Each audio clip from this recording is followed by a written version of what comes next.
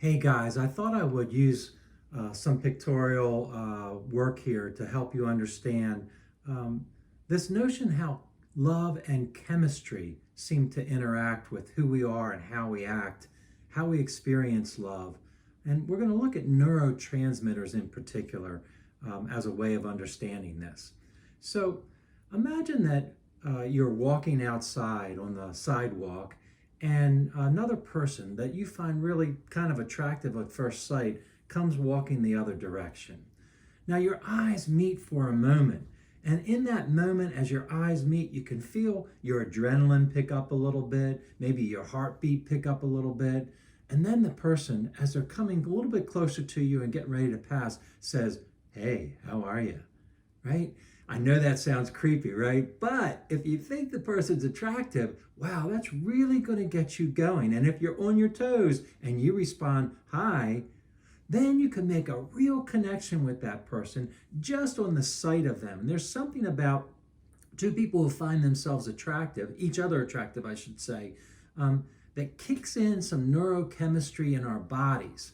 And if you happen to stop and then talk to them, that adrenaline really does get going, and your neurotransmitters also get going. So let me talk to you a little bit about what neurotransmitters are. You've got quite a few in your body. Dopamine, serotonin, norepinephrine, and many other types of neurotransmitters. And they help you to feel a certain way. And when you're feeling that way, those neurotransmitters are kicking in, right? Take serotonin, for example. Serotonin is a neurotransmitter that helps you feel more at ease, more at peace, feel a little bit happier than you would otherwise. And when happy things happen in your life, your neurotransmitters do in fact kick in. So if you think about your brain as full of lots of cells, right? Your brain is full of lots of cells, as my board goes falling over. And these cells have what we call synapses. Synapses are the space between the cells in your brain. And what happens is, with serotonin, for example, you have that experience, you've run into someone who you find attractive, it kicks in your serotonin, and your cells start transporting a bit of serotonin from one cell to the next. So this cell releases serotonin into this space that we call the synapse. That's this space right here. And these cells eventually reuptake the serotonin that's in the synapse so that they in turn can pass the serotonin on to other cells, okay? And those of you who might be struggling with depression may be on SSRIs, serotonin-specific reuptake inhibitors. And what we know about how the brain functions sometimes is that serotonin does get released into our synapses, but oftentimes it gets reuptaked by the other cells too quickly to really do any good. And so when people take things like SSRIs, a drug that helps to prevent the reuptake of serotonin, it slows this process down so that the serotonin can live in your synapses a little bit longer and you can feel better. But let's go back to the neurotransmitters and how they act in love, especially romantic love. You've run into this person and you're excited about them.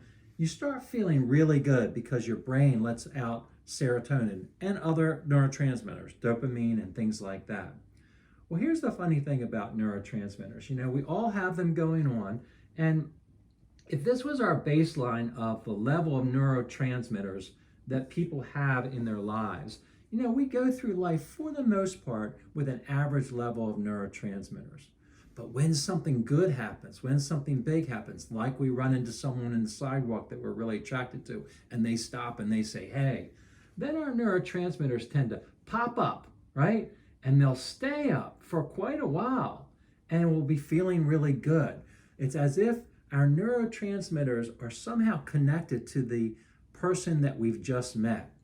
And if that relationship goes on and we go out on a date and we're together for a while and we begin to have intimate relationships with one another, that serotonin level or that neurotransmitter, feel-good neurotransmitter level will stay up. For some people, for days, some people for months, believe it or not, for some people, it's for years, right? And that neuro high is associated with the person that you're with. But eventually, for most people, eventually, neurotransmitter level will start going back to the baseline, okay? Um, there's something about novelty, something new happening that will boost up your neurotransmitters. But after a while, again, those neurotransmitters will start heading back down to their average level, okay? And the problem with romantic love or infatuated love is that for many people, when these neurotransmitters begin to decline and they're not feeling that happy or aroused or excited when they're around this person that they've been with for a while, they think they've fallen out of love. And this is where a lot of relationships begin to break down, begin to fall apart. You've probably heard of the 5 or 7 year itch, this notion that after people have been together, especially if they've been married for, 5 or 6 or 7 years, they sort of fall out of love with one another.